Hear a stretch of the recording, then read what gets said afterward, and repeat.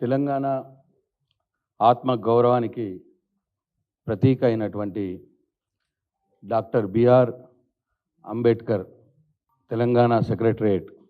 మరియు తెలంగాణ అమరవీరుల త్యాగానికి నిదర్శనమైనటువంటి వారి యొక్క స్ఫూర్తికి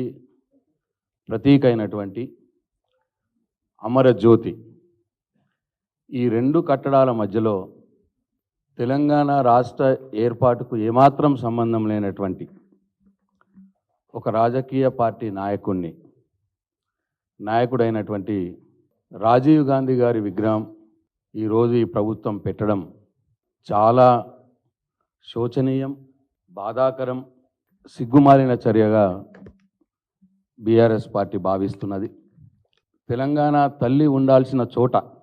రాజీవ్ గాంధీ విగ్రహం పెట్టడం అంటే